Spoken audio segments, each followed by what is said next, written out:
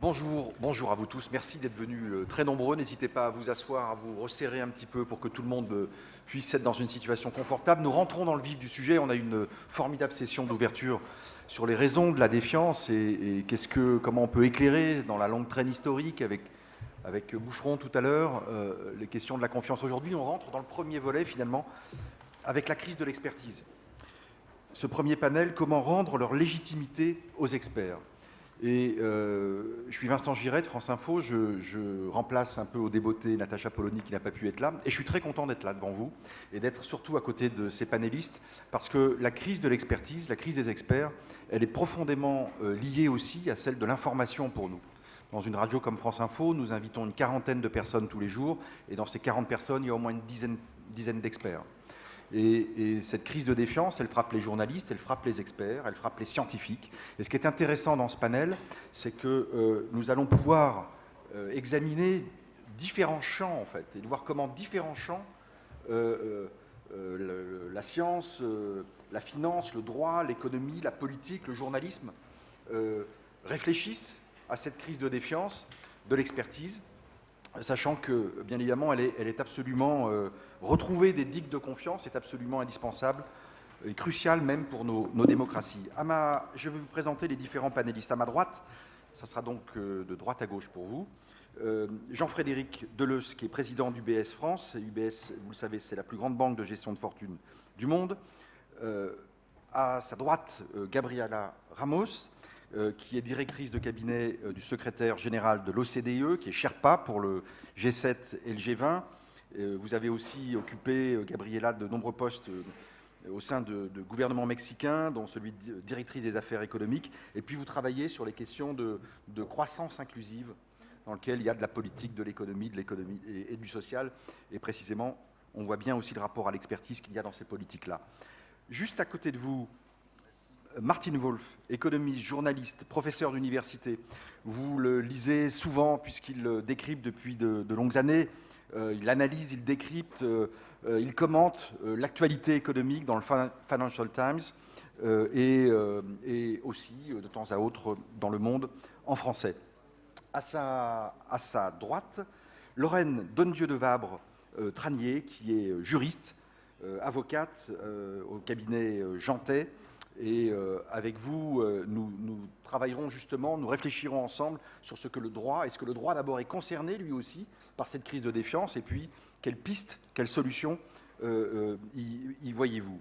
Et puis à votre droite, Jacques Stern, voilà, là on parle à un grand scientifique, médaille d'or du CNRS, membre du collège de l'autorité de régulation des communications, l'ARCEP.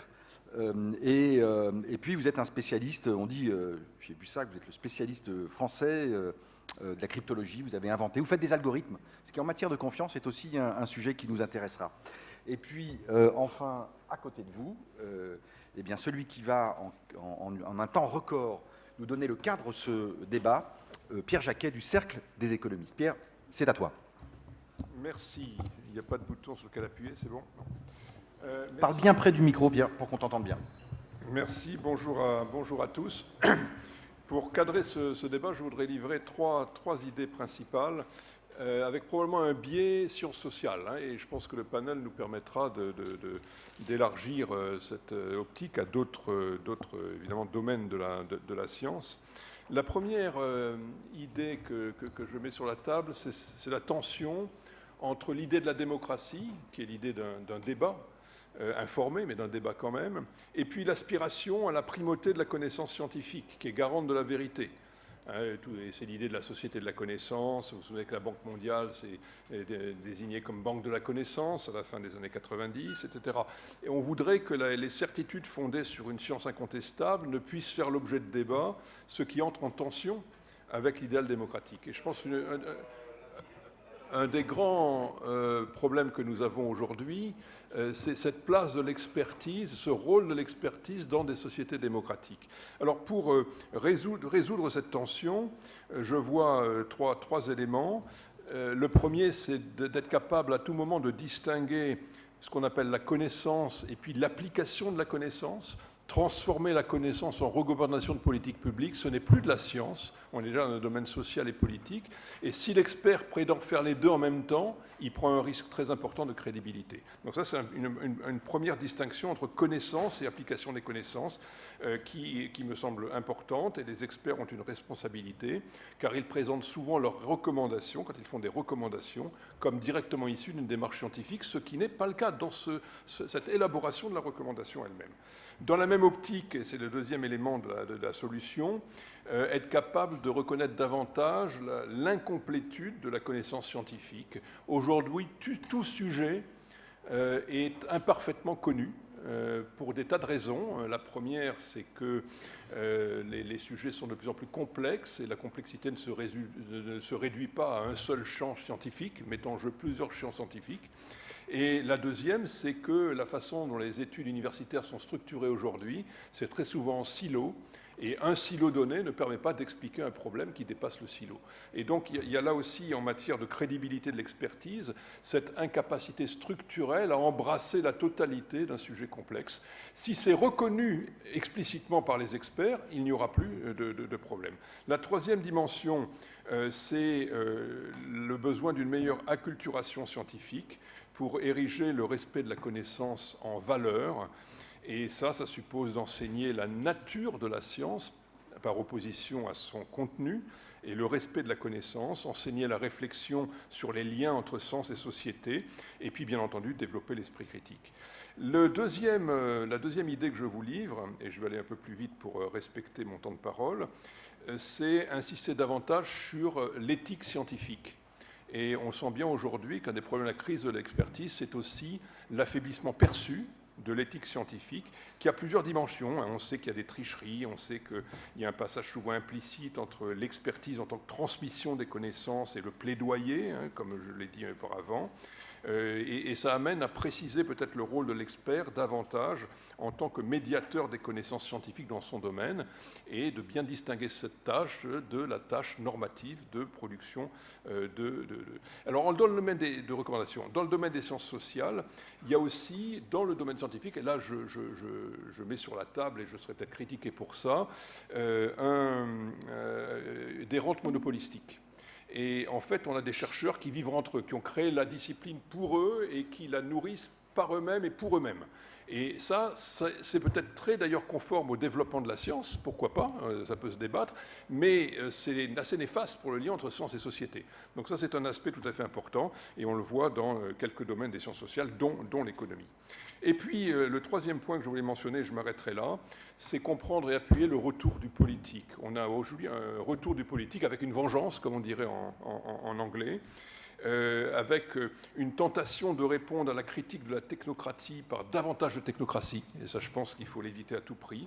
Le vrai sujet, c'est la relation entre science et société, et le rôle de la science, c'est d'éclairer la poursuite des objectifs sociaux, ce n'est pas de les fixer. Et donc, il y a eu dans les périodes précédentes, à mon avis, un déficit du politique derrière la toute-puissance de la conviction technocratique. Et ça, c'est quelque chose qui rentre en conflit, en tension avec l'idéal démocratique. Toute décision est un choix politique, pas seulement un choix technique. Et il faut bien sûr à tout prix préserver la contribution de l'expertise scientifique à la décision, mais cela sera d'autant mieux que les décideurs seront perçus comme maîtres de leurs décisions et comptables de ces dernières. Donc ce retour du politique, c'est une donnée fondamentale, normale, et c'est en l'admettant, en l'appuyant, qu'on peut aussi restaurer la crédibilité de l'expertise de la science. Il n'y a pas de conflit entre les deux. Le rôle du scientifique et de l'expert, c'est d'éclairer. Le rôle des décideurs, c'est de prendre des risques en connaissance de cause. Merci.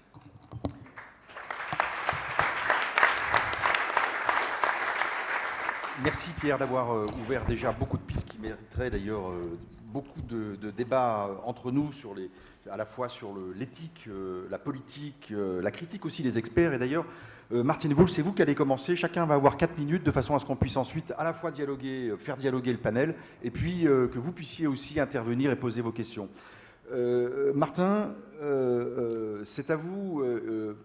Il y a une critique quand même dans ce qu'a dit Pierre, une critique aussi des experts. On peut peut-être commencer par ça, y compris d'ailleurs, puisqu'il y a beaucoup d'économistes dans la salle et qu'on est aux rencontres économiques.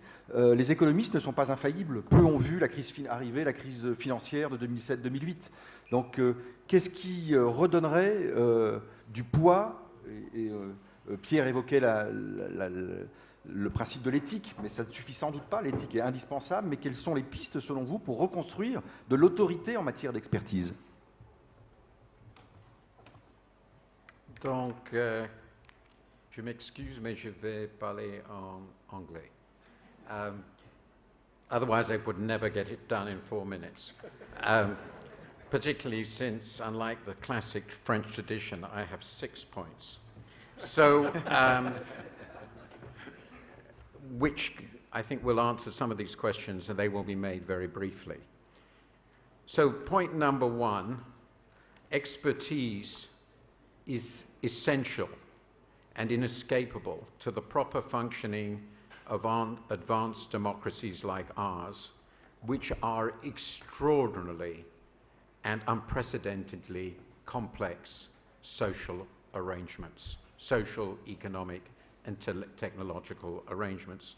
The division of labor is not an accident, it is a profound reality.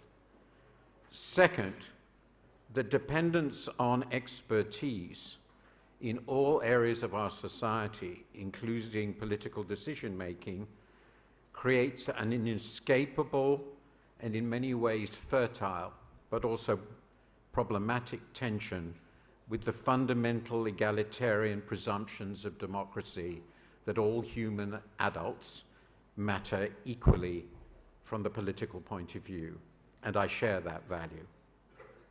Third, the failure of experts, and I very definitely include economists, partly for the reasons Pierre has mentioned about the silos, and partly because of the extraordinary complexity of what they study, to appreciate the limits of their knowledge, their ignorance, has undermined their authority and legitimacy. In other words, some experts are and have been proved to be far more expert than others. Fourth, however, the contentiousness of expertise is not limited to the social sciences. I note, and I think it's a very important point, that in the areas of climate science and vaccination, both of which seem to be about as solidly backed as science allows, there remains great suspicion of expertise. So it goes beyond the incompetent to the competent. Fifth, demagogues have used and are using the weakness, the suspicion of expertise to undermine the concept altogether as part of their assault on all elites. And the result of that, in my view, will be the destruction of the basic functioning of the sorts of societies we're used to. Sixth, experts need to respond in order to attempt, I stress attempt, to re-establish authority in the following ways. A, try to be right rather than wrong. B, point to relevant evidence for the positions they're advancing. C, when they don't know, be clear about what they don't know. D, recognize explicitly where they're bringing their values into what they say. And E, finally, be clearly and self-consciously political in the best sense of talking to the public, not down to it. Thank you.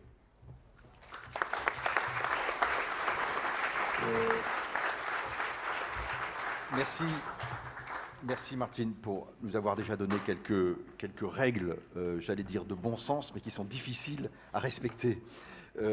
Jean-Frédéric Deleuze, l'expertise en matière de finance, dans le champ dans lequel vous travaillez, je vais vous donner mon micro, est aussi, l'éthique même de cette expertise est aussi très profondément challengée par notre époque. Quelle vision vous défendez de l'expertise et comment on remet de la légitimité aux experts qui sont dans votre champ? La première question posée au fond, c'est qu'est-ce qu'un expert? Y a-t-il un statut de l'expert? Suis-je moi-même un expert, puisque je parle devant vous? Pouvez-vous avoir confiance dans ce que je vais vous dire? Suis-je un expert? Si l'expérience fait l'expert, alors peut-être. En quoi suis-je un expert? Mon expérience est celle d'un juriste et d'un financier. Elle correspond à des années de pratique du droit dans tous ses aspects et du risque dans tous ses avatars économiques. Je souhaiterais donc contribuer, comme vous m'y invitez, à notre réflexion sous ces deux angles, celui du juriste et celui du financier. Quelle est la légitimité d'un expert juridique? Est-elle menacée? Comment la restaurer? Et même question pour le financier. L'expertise juridique, le respect du droit sont probablement les premières victimes du populisme ambiant. La patiente et séculaire construction d'un état de droit est remise en cause sur les plateaux des chaînes de l'info ou dans les réseaux sociaux par n'importe quel quidam, pourvu qu'il soit vêtu comme légitimité d'un gilet jaune. Est-ce que cela change quelque chose au règne et au respect du droit? Oui, car la base même de la démocratie représentative est ainsi contestée. 1 pour 1000 du corps électoral appelle au renversement des institutions. Cela fait 3 mois de temps d'antenne sur certains médias dits sérieux. Le juge qui va statuer au nom du peuple français se sent-il toujours qualifié pour s'opposer à l'expression de ce même peuple sur les ronds-points ou dans les réseaux sociaux? Hermine et pourpre contre jaune fluo.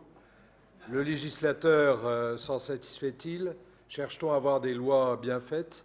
Oui, certainement encore parfois, mais pour combien de lois de circonstance, combien de lois inutilement bavardes? Qu'est-ce qu'un expert en droit fiscal?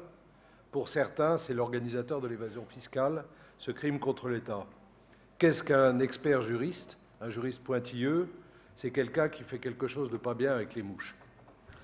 Pour être plus sérieux, plus le droit s'est complexifié, plus il s'est détaillé et déployé, plus il a pu être contesté, plus il s'est fait délégitimer. Un ami avocat me disait, il y a dans ce pays un combat presque millénaire, depuis Saint-Louis rendant la justice sous son chêne, entre le politique et le juridique. Il y a celui qui dit le droit, norme patiemment définie, préexistante, cette norme est devenue complexe, voire incompréhensible, et puis il y a celui qui fait la morale.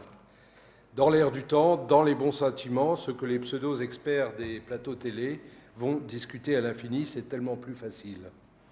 Nous avons en ce moment une parfaite illustration de ce défi, droit contre morale, avec le procès de France Télécom. D'un côté, un droit de la faute individuelle, le harcèlement en l'espèce, qu'on veut transformer en faute d'un système. De l'autre côté, beaucoup de malheurs qui appellent à la repentance ou à l'émotion, voire à la sanction. L'expertise en matière juridique ne consiste pas à réinventer le droit pour l'adapter à la morale. Je plaiderai donc pour un droit simplement écrit, strictement appliqué et en la pureté des 10 commandements, premier vrai code pénal, ou du code civil de Cambacérès, ancien étudiant à l'université d'Aix, et de Portalis, avocat dans cette même ville. Plus le monde est complexe, plus le magistrat doit être, comme l'écrivait Montesquieu, la bouche de la loi. La légitimité d'un expert financier. Au cercle des économistes, un expert économique, c'est d'abord bien évidemment quelqu'un qui a été coopté par Jean-Hervé Lorenzi et Pierre Jacquet. En fait, la légitimité de l'expertise financière, c'est deux choses. La qualité de la prévision, que va-t-il se passer? La couverture du risque, qu'est-ce que je peux perdre? Je vais aller vite. Cette légitimité, ce n'est pas le populisme qui la menace, mais la crise. Et la crise de 2007-2011, dont nous parlons peut-être dans les questions, l'a démontré. L'histoire démontre que l'expert financier ne sait pas prévoir les crises. Statistiquement, il y en aura toujours un qui le dira. Il sera plus connu après qu'avant et invité au cercle des économistes. Quant à l'expertise du risque, c'est le risque de perdre de l'argent, le risque de commettre des crimes. Pour le premier, on l'a encadré en limitant la capacité des banques à prêter de l'argent. Et pour le second, on a transformé les banques en indicateurs de police ou en collecteurs d'impôts.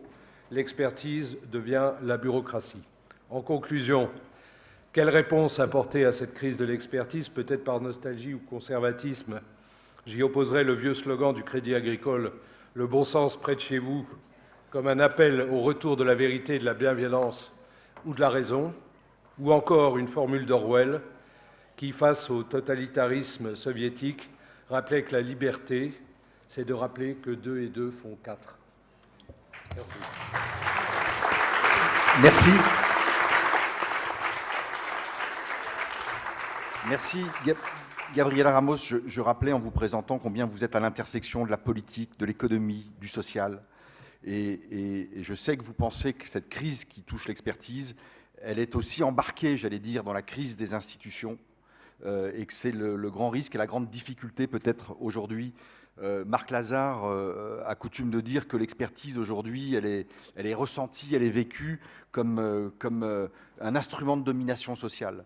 On voit bien combien elle est remise en cause, elle est challengée dans l'époque d'aujourd'hui. Quelle réponse, avec votre expérience, à différents endroits, j'allais dire, de l'action publique, quelle réponse vous pouvez apporter à cette défiance?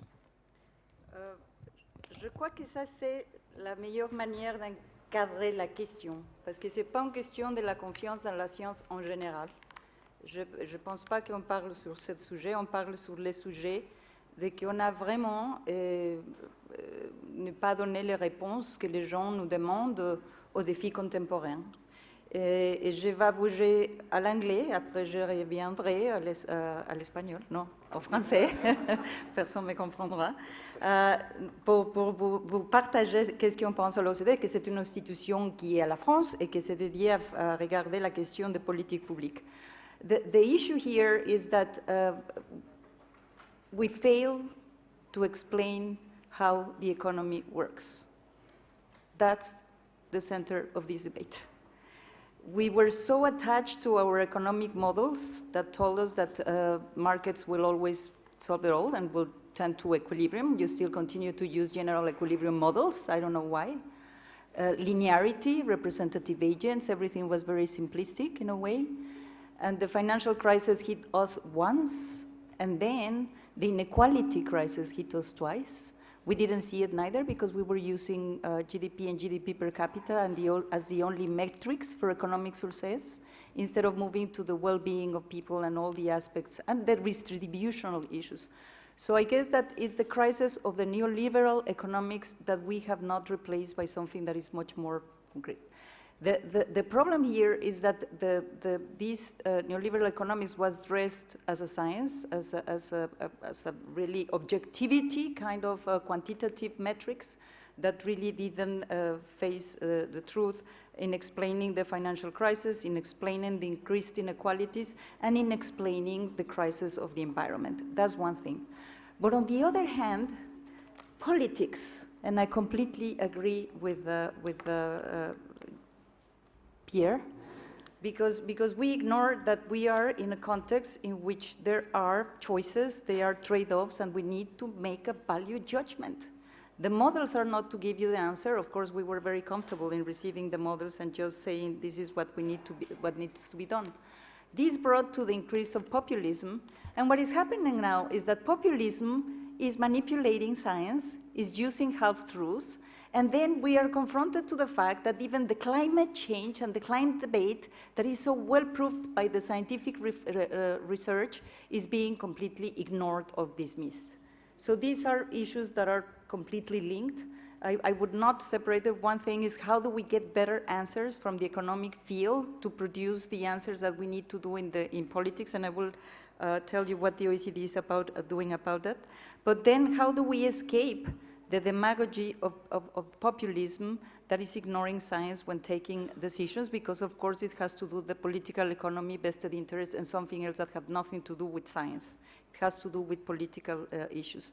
And then the third element that is complicating the whole analysis, which is the digital economy, le numérique. Today, and I'm sure that I would ask the audience, what is your main source to learn from news? And we know that 18-year-old uses social networks, period. And you know the echo chambers.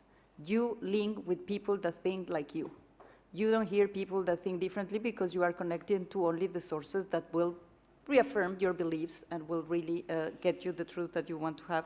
So we need to also consider what do we do with the impact of internet, of fast information, of not quality control of the information that is put in the internet and that we take for granted, and that is also weakening a much more important reasoning. I need to stop, mais la deuxième partie, je vais vous dire qu'est-ce qu'il a aussi de fait sur ce sujet. Merci. Merci Gabriela. Dans les questions et dans la discussion, vous aurez l'occasion sans doute de développer ce que vous aviez prévu dans une deuxième partie. Vous parliez à l'instant du changement climatique, vous parliez aussi de la société numérique, de la façon dont nous devons apprendre à vivre dans cette société numérique. Jacques Stern, je vous présentais en disant que vous étiez le scientifique le plus haut gradé, j'allais dire, là, de ce panel, sans difficulté. On voit bien sur la question du climat, par exemple, combien on a besoin aujourd'hui pour faire avancer les choses, d'avoir une expertise partagée sur cette question-là. Et on sent bien, en même temps, en France, mais pas seulement en France, qu'il y a des pans entiers de la connaissance qui semblaient acquis, j'allais dire acquis pour toujours, et qui sont emportés par une vague de relativisme ambiant. Je pense aux vaccins, par exemple. On sait qu'en France, le pourcentage de ceux qui doutent des vaccins est très important. C'est l'un des pays, d'ailleurs, les plus importants au monde. Près de 50% des Français doutent de l'efficacité ou pensent que les vaccins, c'est quand même un problème avant d'être une solution. Comment des acquis comme ça de la connaissance, de l'histoire de la connaissance, sont aujourd'hui emportés dans la défiance. On a envie d'entendre le scientifique que vous êtes et surtout le type de réponse que la science et les scientifiques peuvent apporter à cette défiance, j'allais dire, épaisse, aussi épaisse. Oui, merci. Je vais essayer de répondre à certaines de vos questions, pas à toutes, il y en a beaucoup. Mais avant, on parlait des définitions tout à l'heure. On a donné une définition de l'expert. Moi, je dirais qu'il faut d'abord commencer par donner une définition de l'expertise.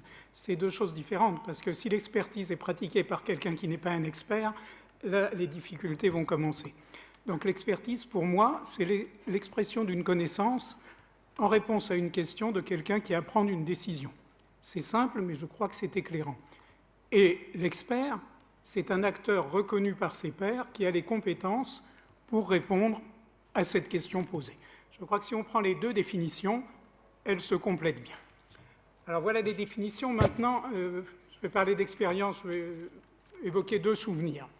Le premier souvenir, c'est il y a une vingtaine d'années. À l'époque, le numérique, ça s'appelait la société de l'information. C'était à l'agenda des gouvernements et des États. Et déjà, la confiance. C'était quoi la confiance à l'époque? C'était un peu plus restreint. C'était convaincre les citoyens qui pouvaient raisonnablement confier des informations sensibles à ce média de tous les dangers qui était l'Internet, ce nouveau média. Et par exemple des numéros de carte de crédit. Et quelle était la réponse des informaticiens? C'est d'utiliser des méthodes de cryptologie qui étaient réservées aux usages diplomatiques et militaires. Cryptologie, c'était un grand mot, presque un gros mot. Et il était nécessaire de changer la loi pour passer à des applications civiles, et le gouvernement, comme j'étais expert reconnu par les pairs, m'a posé la question, et j'ai rédigé un rapport. Et en rédigeant ce rapport, quelques mois, j'avais toujours présent à l'esprit ce qui a déjà été évoqué par mon voisin, c'est-à-dire, pour ne pas être inhibé, ce n'est pas moi qui prends la décision, moi je donne l'information. Et ensuite, le politique, ce qui s'est passé, prendra la décision. Et c'est cette réflexion qui m'a beaucoup aidé. Alors un deuxième souvenir, et là je réponds un peu à la question sur le climat, et c'est intéressant parce que c'est un peu miroir, c'est moi qui ai posé la question, plutôt c'est la ministre de la Recherche et de l'Enseignement supérieur de l'époque qui avait été interpellée sur le réchauffement climatique. Et moi j'étais son conseiller. Et la question, on l'a posée à l'Académie des sciences. Et là, c'est très intéressant, parce que l'Académie a répondu collégialement. Ça veut dire que, de façon inattendue, ils ont réussi le tour de force à ce qu'un même rapport soit co-signé par les activistes et par les sceptiques s'agissant du climat. À l'époque, c'était la question du climat. Aujourd'hui, c'est l'urgence climatique. Mais si on se base sur une méthodologie scientifique et sur une forme de collégialité, alors on peut progresser. Donc voilà un peu ce que je voulais dire. Définition, quelques expériences. Les conclusions, elles émaneront peut-être de notre débat, mais je crois qu'il y a des mots qu'il faut retenir, au moins s'agissant des experts. Compétence, neutralité, collégialité, respect de la méthodologie scientifique et des sources. Tout ça, ça peut répondre aux questions éthiques qui ont été évoquées dans l'introduction. Merci.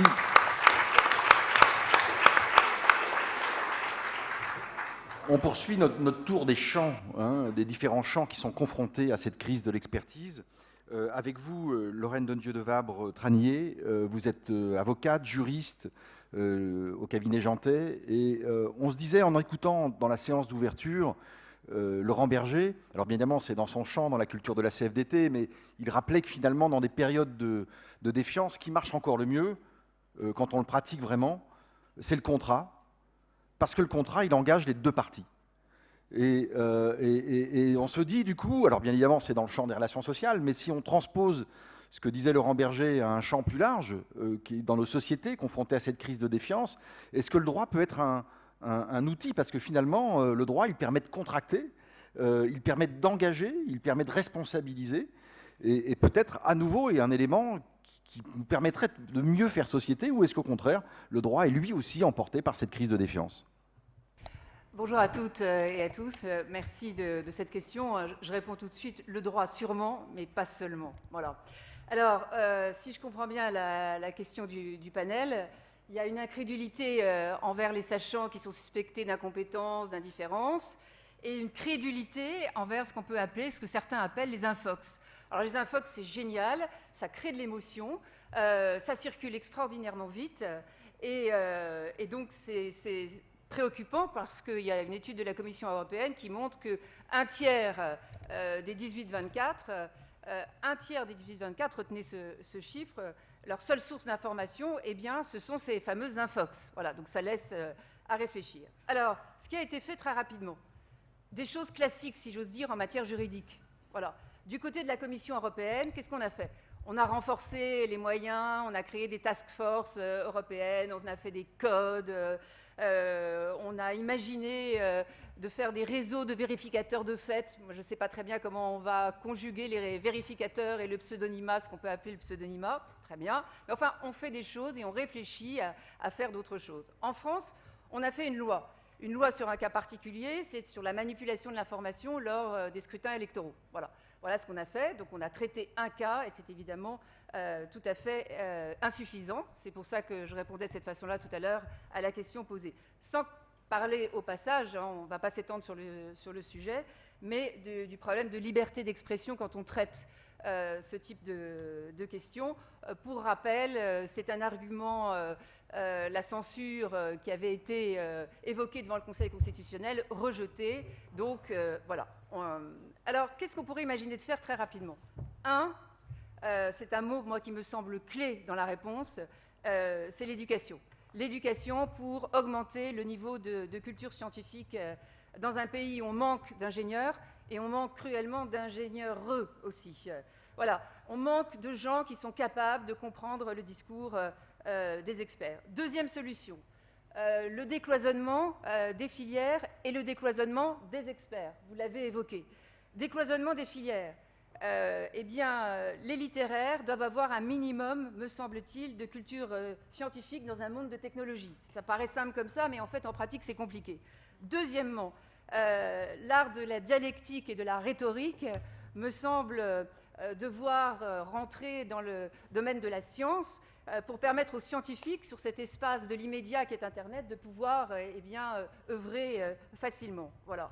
Le décloisonnement des filières, eh bien, ça devrait, comme vous l'avez dit tout à l'heure, peut-être donner des idées aux experts pour qu'ils s'aèrent, vous voyez, pour qu'ils fassent de la gymnastique intellectuelle et pas exclusivement dans leur couloir de nage. Voilà. Pour finir, je voudrais soumettre deux idées un peu iconoclastes. Les juristes sont là aussi pour pigmenter les débats. La première, c'est qu'on a tous consulté des sites de fact-checking, voilà.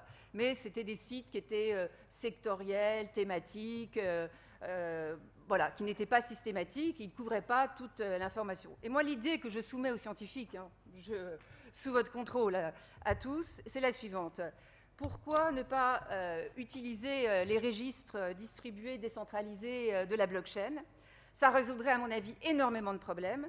Le premier, c'est qu'en termes d'intégrité, ça serait résolu.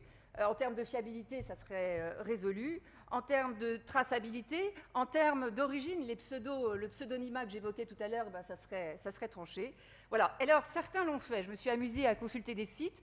Eh bien, je cite le site d'EDF, qui a expérimenté la certification de ses communiqués de presse afin de garantir leur authenticité. Et il y a une signature blockchain sur le site. Et la deuxième idée un peu iconoclaste, ben voilà, c'est celle d'un juriste dans un monde d'économistes.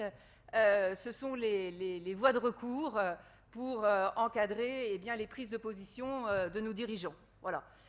Sachant que nous tous, on tweet, on retweet, on forward, et donc on accentue la diffusion virale de choses qui sont parfois totalement inexactes. Vous avez tous en tête le tweet du président des États-Unis sur l'utilisation des avions bombardiers d'eau pour éteindre l'incendie de Notre-Dame qui a fait le tour du monde en quelques secondes. Voilà. Mais plus sérieusement, vous avez peut-être aussi en tête un tweet toujours du même auteur sur les accords commerciaux Chine-États-Unis qui a bien eu comme conséquence une variation de plusieurs pourcentages du coût d'approvisionnement de l'acier, par exemple, d'une PME française que je connais, et qui ont donc fait grief. Et donc je me demande si, éventuellement, les juridictions, un jour, pourraient peut-être pas se mêler de cette histoire, mettre un coup d'arrêt à ce qui est en réalité l'élaboration d'une norme de façon arbitraire et non démocratique. Voilà. Jean Hervé, qui est présent, c'est peut-être un sujet pour des autres rencontres. Je le laisse en tout cas méditer sur cette question.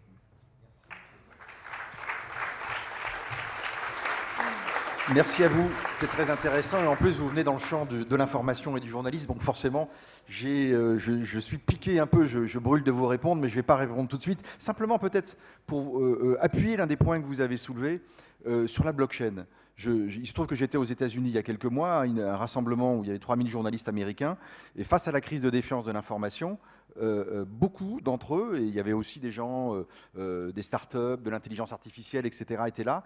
Et beaucoup ont parlé de la blockchain. Certains médias, d'ailleurs, l'utilisent déjà. Et la blockchain est utilisée notamment pour certifier des vidéos, à l'heure des deepfakes. Ça, c'est quelque chose qui va arriver, qui nous tombe déjà dessus. Mais la blockchain, elle permet aussi de certifier des images et même jusqu'au carnet de notes du journaliste. Donc c'est un des éléments certainement prometteurs qui pose des questions, mais étant quand même moins compétent que le scientifique qui est dans ce panel. Donc Jacques, je vais vous demander quand même de réagir sur cette question de la blockchain et aussi sur un autre thème qui a été évoqué. Finalement, on n'a jamais été dans les sociétés aussi éduquées. C'est le paradoxe de cette époque. On a devant nous des vagues de crédulité, des vagues de défiance, et pourtant on a une société qui n'a jamais été aussi éduquée. Il y a un paradoxe là étonnant. Et donc la question qui se pose, c'est bien évidemment le contenu de l'éducation aussi. L'un d'entre vous a parlé tout à l'heure de l'esprit critique. Ah, voilà une formidable discipline qu'on devrait réhabiliter. L'esprit critique, ce n'est pas douter de tout, c'est apprendre à douter. C'est une culture, c'est une science, j'allais dire, l'esprit critique. Est-ce que vous avez aussi cette perception que l'esprit critique, c'est quelque chose qui n'est pas assez enseigné aujourd'hui dans les études d'une manière générale? Parlez bien près du micro, Jacques. Je souscris complètement à ce qui a été dit sur le fait qu'on souffre d'un manque d'éducation scientifique générale. Quand j'ai commencé à enseigner, les mots algorithme, intelligence artificielle, crypto, blockchain, on vient d'en parler, c'était quelque chose que les étudiants découvraient à la fin de leurs études supérieures. Voire même, pour le mot blockchain, ça n'existait franchement pas, puisque ça a été créé assez récemment. Donc tout ça, effectivement, fait qu'il peut y avoir, à défaut d'une explication sans cesse renouvelée, il peut y avoir un inconfort de nos citoyens devant cette masse de données scientifiques. Donc là-dessus, point d'accord. Alors sur la blockchain, on ne va pas faire un panel sur la blockchain, mais c'est quelque chose de très récent. Et c'est quelque chose qui vient de l'univers de la monnaie, puisque c'est au départ un registre protégé en intégrité et distribué pour la création de crypto-monnaies comme le Bitcoin. Alors maintenant on dit le Bitcoin c'est pas bien parce que ça couvre des transactions parfois louches. Et par contre, la blockchain, c'est formidable, ça va résoudre tous les problèmes. Peut-être, peut-être pas. Et en tout cas, ce qu'il faut comprendre, c'est qu'il n'y a pas de blockchain sans Bitcoin. C'est-à-dire que la vérification permanente du registre, même si elle est distribuée, il faut la faire. C'est un travail, on appelle ça le proof of work, et ça doit être coûteux en temps de calcul, par exemple, et rémunéré. Donc, attendons un peu, peut-être avant que les hommes politiques fassent des déclarations sur la blockchain. Chacun a le droit d'avoir une opinion, c'est un débat, mais une opinion, les experts peuvent en avoir aussi, mais l'expert qui a une opinion, il doit séparer son expertise, la présentation des faits, ça a été dit, de l'opinion. Mais inversement, le politique, s'il a une opinion, et si elle n'a pas été fondée sur une expertise, peut-être qu'il doit être prudent. Voilà ce que j'ai à dire en réponse à la question. Merci Jacques. On va dans un instant prendre les questions de la salle. Peut-être une question pour vous, Martine. A question for you. Plusieurs panélistes ont évoqué, ont parlé de la société numérique et des médias et de l'information. Vous êtes économiste, vous êtes aussi journaliste spécialisé, vous appartenez à une très grande institution de la presse, qu'est le Financial Times. Quelle place voyez-vous dans cette crise de l'expertise? Quelle place voyez-vous, ou quelle responsabilité voyez-vous dans le journalisme tel qu'il s'est développé dans la société numérique? Est-ce qu'il a une responsabilité particulière dans cette crise de confiance à l'égard de l'expert, des experts d'une manière générale?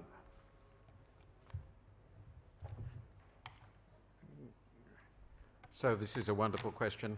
I'm going to make one, it's a very, very short comment on this education point, because I'm also been very concerned that we have the most educated populations in history and at the same time among the most credulous.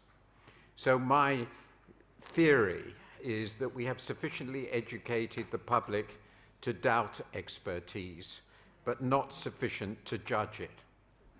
And if you think about that, that's probably inevitable. So fixing that by education is probably impossible, because none of us can get to the expertise. You know, I sort of take the physicists on climate change for granted. I understand the basic concepts, but I sort of trust them.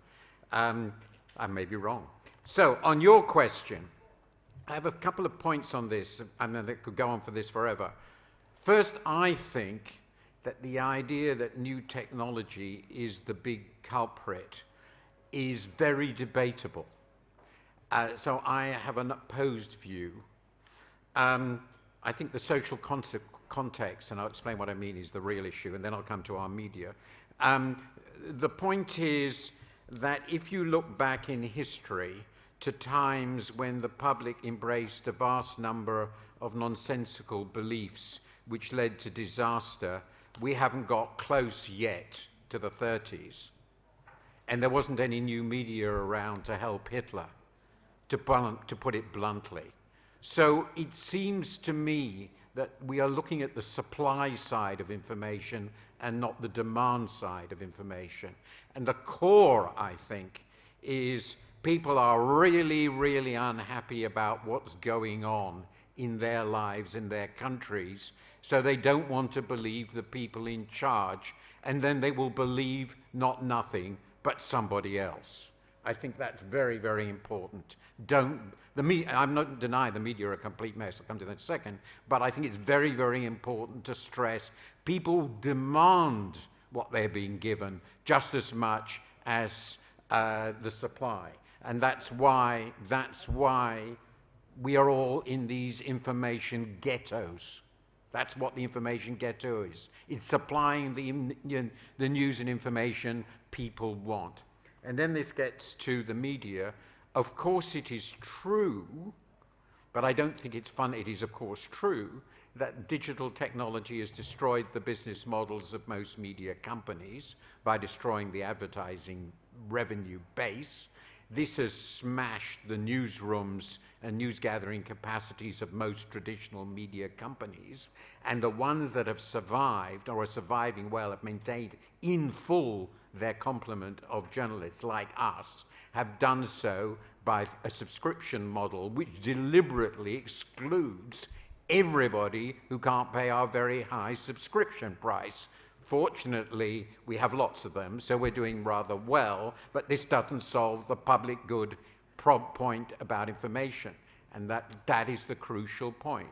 The provision of information by private businesses, since information and judgments associated with it is obviously the classic public good in economics, is bound to fail.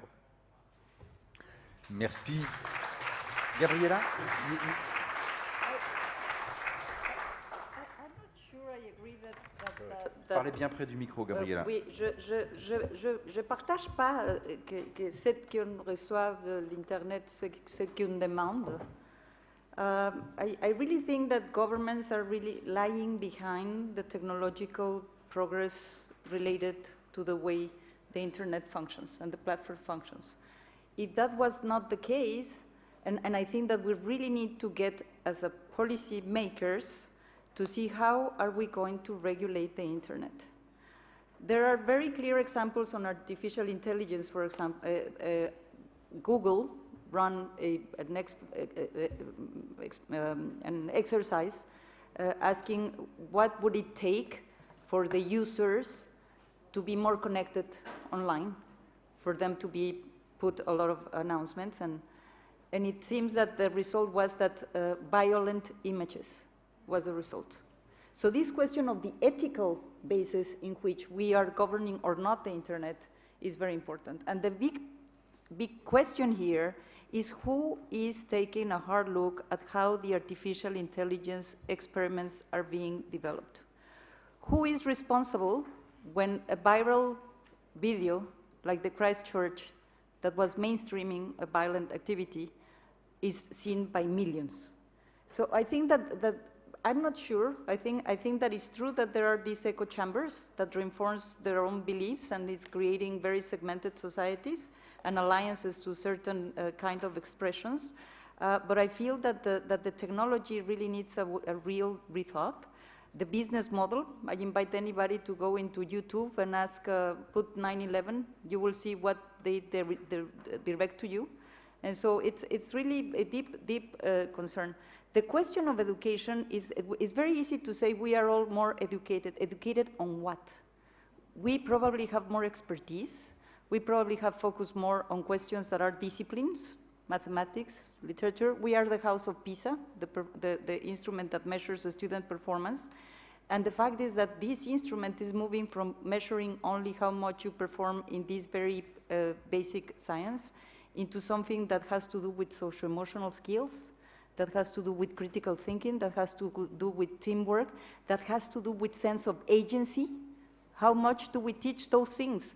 Teachers do, but we don't systematize. And we don't systematize on how to really put it together. How much do we teach tolerance, compassion?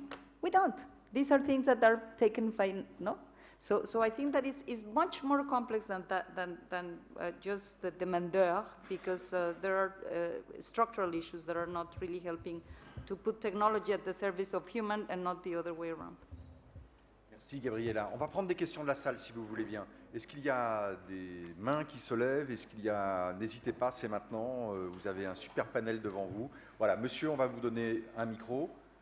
On va essayer peut-être de prendre 2 ou 3 questions en même temps s'il y a d'autres 2 questions.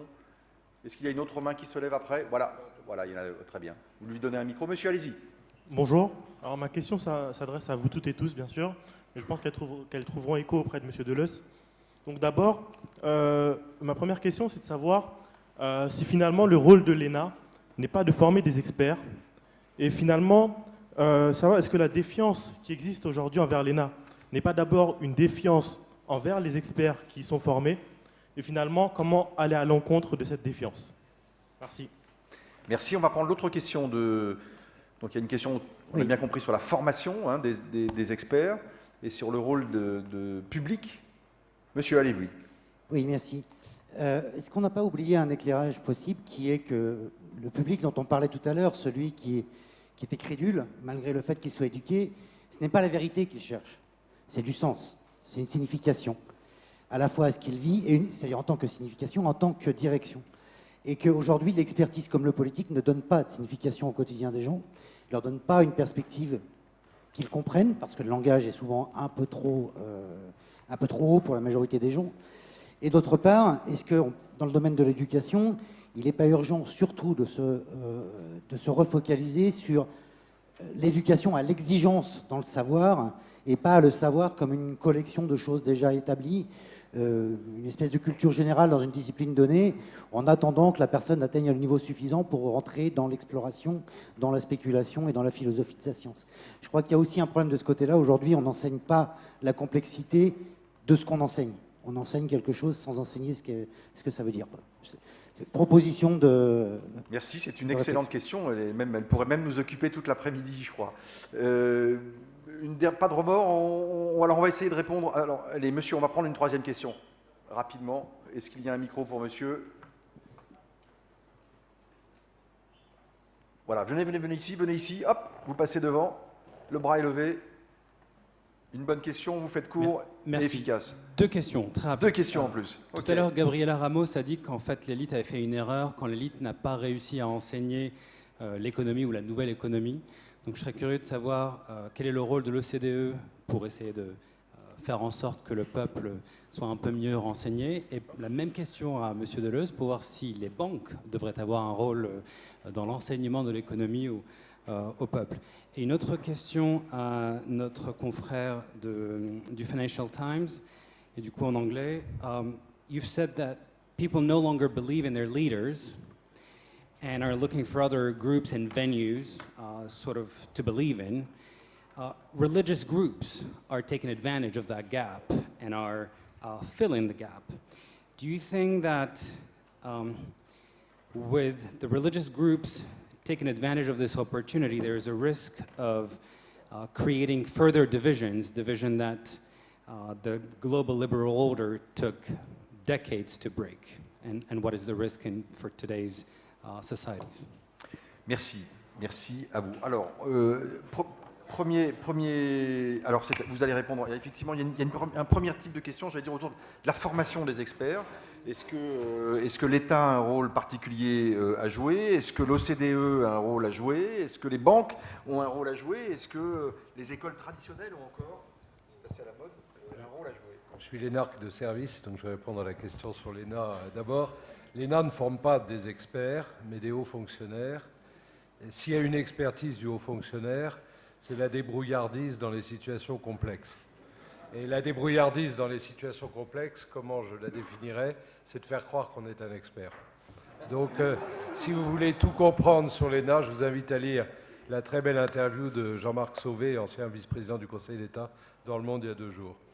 Quant au rôle des banquiers, les banquiers sont aussi des gens qui se débrouillent dans les situations complexes, mais clairement, le métier de banquier est un métier qui requiert une grande expertise et une grande compréhension des mécanismes de l'économie. Il est très souhaitable, en effet, qu'ils la diffusent largement dans l'enseignement. Les banquiers doivent enseigner. Très bien, on ne laisse pas simplement dans les banques, les banquiers. Ça me paraît une bonne idée. Gabriela, vous vouliez aussi réagir? Oui, peut-être de la question de l'ENA. Je ne pense pas que c'est l'ENA. Et selon nos études, le système éducatif en France se focalise surtout à soutenir les élèves les plus forts depuis le début. Et c'est un système qui ne casse pas la relation, la vinculation entre la condition socio-économique et la réussite professionnelle. Donc, à l'ENA, peut-être arrivent tous ceux qui sortent de ce type de système, et peut-être c'est pour ça qu'il est reconnu comme quelque sujet de divergence sociale, de confrontation sociale, et même avec toutes les décisions qu'ils ont prises pour l'affirmative action, à la fin, un seul exemple, la France, c'est le pays qui a un des taux de répétition le plus haut, qui nous donne des incentives négatifs parce que les profs ne se concentrent pas sur ceux qui sont plus faibles. Et je pense que c'est ça qu'on doit vraiment adresser. Et la question de qu'est-ce qu'on fait à l'OCDE, on essaie de ne pas avoir toutes les réponses. On essaie de dire « there is no one size fits all ». On essaye d'expliquer un monde qui est très complexe. Au lieu d'utiliser linearities and representative agents and general equilibrium models, on essaie d'avoir de complex system thinking, d'apprendre un peu plus de la biologie, d'apprendre un peu plus de feedback loops, d'apprendre un peu plus et d'être plus conscient de que chaque pays, chaque contexte, chaque expérience est différent. Et on essaie de ne pas utiliser seulement le PIB per capita, mais utiliser le well-being framework et surtout de voir que les décisions économiques essayent de s'adresser à ceux qui sont les plus vulnérables. D'avoir ce test, de dire comment est-ce qu'on va aider à ceux qui se sont laissés par compte. Merci. Martine, il y avait aussi des questions pour vous. Okay. I'd like to put together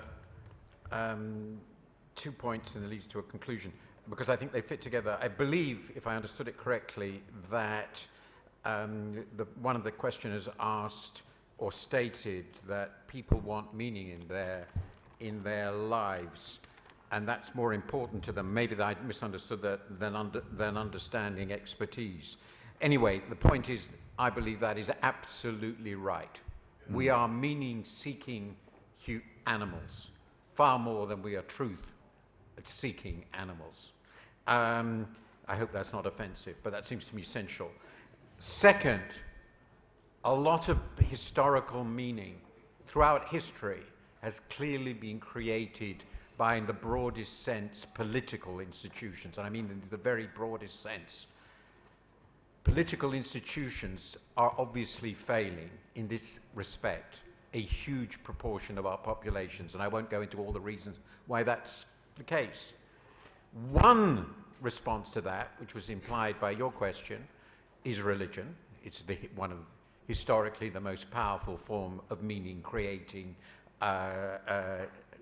ideas. But there is another one, and we're seeing a lot of the other one, and it was, of course, the one described in detail by Weber, the great Weber, which is charismatic leadership, which is what we call demagogues. So, if people don't believe in anything else, that's what they'll believe in. And the point I was making is, of course, technology has changed. Of course, there's lots of new. We haven't changed. What we seek hasn't changed. How our collective politics work hasn't changed. And I'll make the final point. I'm writing a book on all this at the moment, and I have found that the two most penetrating analysts of the failure of our system, and I'm not joking, are Plato and Aristotle. Mm-hmm. We have not changed. The problems are fundamental, they're not technical. Merci Martine. Pierre, on est presque au terme de notre échange. Vous l'avez ouvert en posant un certain nombre de questions. Est-ce que vous avez eu, Pierre, des éléments de réponse déjà? Moi, j'en ai noté quelques-uns, mais oui, c'est vous l'expert. Tout à fait. Je voudrais rebondir sur certaines des interventions. D'abord, rebondir sur ce qu'a dit mon voisin sur la définition de l'expertise comme connaissance en réponse à la question de quelqu'un qui doit prendre une décision. Pour moi, c'est extrêmement important de présenter l'expertise justement comme cela. Mais quand vous regardez aujourd'hui ce qu'on attend de la recherche en sciences sociales, il y a trois rôles qu'elle peut assumer, cette recherche. Il y a un rôle qu'on va appeler le rôle positif, au sens scientifique du terme, qui est la description d'un système. La science comme décrivant comment fonctionne un système, comment fonctionne une société, comment fonctionne une politique économique, quels en sont les canaux de transmission, etc. Il y a une deuxième vision qui commence, moi, à me poser problème, qui est la vision normative. C'est-à-dire, on va essayer d'interpréter ce que la société veut, et on va utiliser des éléments scientifiques pour montrer quelle est la meilleure façon d'y parvenir. Et on va ensuite recommander cette façon d'y parvenir aux gouvernants. Donc l'expert devient un conseiller. Et à ce moment, il n'est plus un expert au sens de Jacques Stern, parce qu'il va au-delà de la fourniture de connaissances en réponse à une question. Il fournit déjà des solutions à la question. Donc il est en aval de cette définition d'expertise. Et puis il y a un troisième rôle de la recherche qui est très différent, qui consiste à dire, mais tous ces décideurs et tous ces experts Ce sont des individus qui fonctionnent à partir de leurs propres intérêts. Et donc le système est endogène. Il n'y a pas d'un côté la connaissance, de l'autre côté l'utilisation de la connaissance. Tout ça, ce sont des catégories mentales et il faut être capable d'utiliser la recherche pour comprendre cette interaction. Eh bien, ce que je voulais simplement dire, et je m'arrêterai là sur ce point, c'est que le rôle qui a été le plus financé récemment, c'est le rôle normatif. Les financeurs de la recherche attendent des chercheurs qu'ils soient utiles socialement, et pour ça, il faut qu'ils démontrent leur capacité à fournir des solutions. Je trouve que c'est une erreur fondamentale, et je fais appel à tous les donateurs qui sont dans la salle pour essayer de la comprendre. Deuxième point, je rebondis sur ce qu'a dit Lorraine, sur le souhait d'utiliser des arguments venant de l'expertise. Je crois que c'est aussi extrêmement important. Et ça fait le lien avec la question qui était extrêmement forte sur la recherche de sens et sur l'éducation. Je crois que, et il y a un ouvrage d'ailleurs récent que j'ai trouvé extrêmement fort là-dessus, qui est sur l'utilisation de la raison, qui s'appelle The Enigma of Reason, qui montre qu'on utilise la raison non pas pour trouver la vérité, mais pour trouver des arguments pour convaincre les autres, pour construire une argumentation. Ben, je crois que c'est exactement ça la démocratie. On construit des argumentations pour faire passer des messages. Et notre intérêt à tous, c'est que ces argumentations soient solides et donc qu'elles s'appuient sur la connaissance scientifique. Et donc j'ai envie de dire, ce qu'il faut apprendre aux jeunes, c'est comment utiliser le savoir. Ce qu'il faut apprendre à l'ENA, c'est comment se débrouiller en utilisant la connaissance scientifique. C'est peut-être utiliser davantage la recherche comme instrument, non pas de production d'articles, mais de formation. Et ça, c'est aussi une discipline importante. Troisième réaction, j'ai presque fini. Martine nous a dit « People demand what they get ».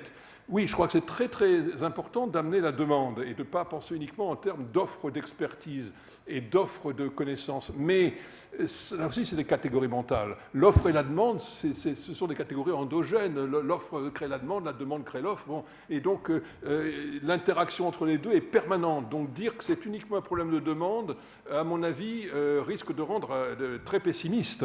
Et je crois qu'il faut garder l'optimisme de l'action et se demander comment amener nos collègues, la population en général, à avoir davantage de respect pour la science. Voilà, je m'arrête là. Merci. Merci Pierre. Merci. Avant de remercier, on peut l'applaudir, applaudir les panélistes. Je dirais juste un mot de conclusion. Je crois que les experts, il y en avait beaucoup dans ce panel, et ceux qui défendent une certaine idée du journalisme ont un intérêt commun dans la période que nous vivons. Nous devons créer une nouvelle alliance, je crois, du journalisme et de la connaissance. On a besoin de chacun d'entre vous. Merci à vous tous et bon après-midi.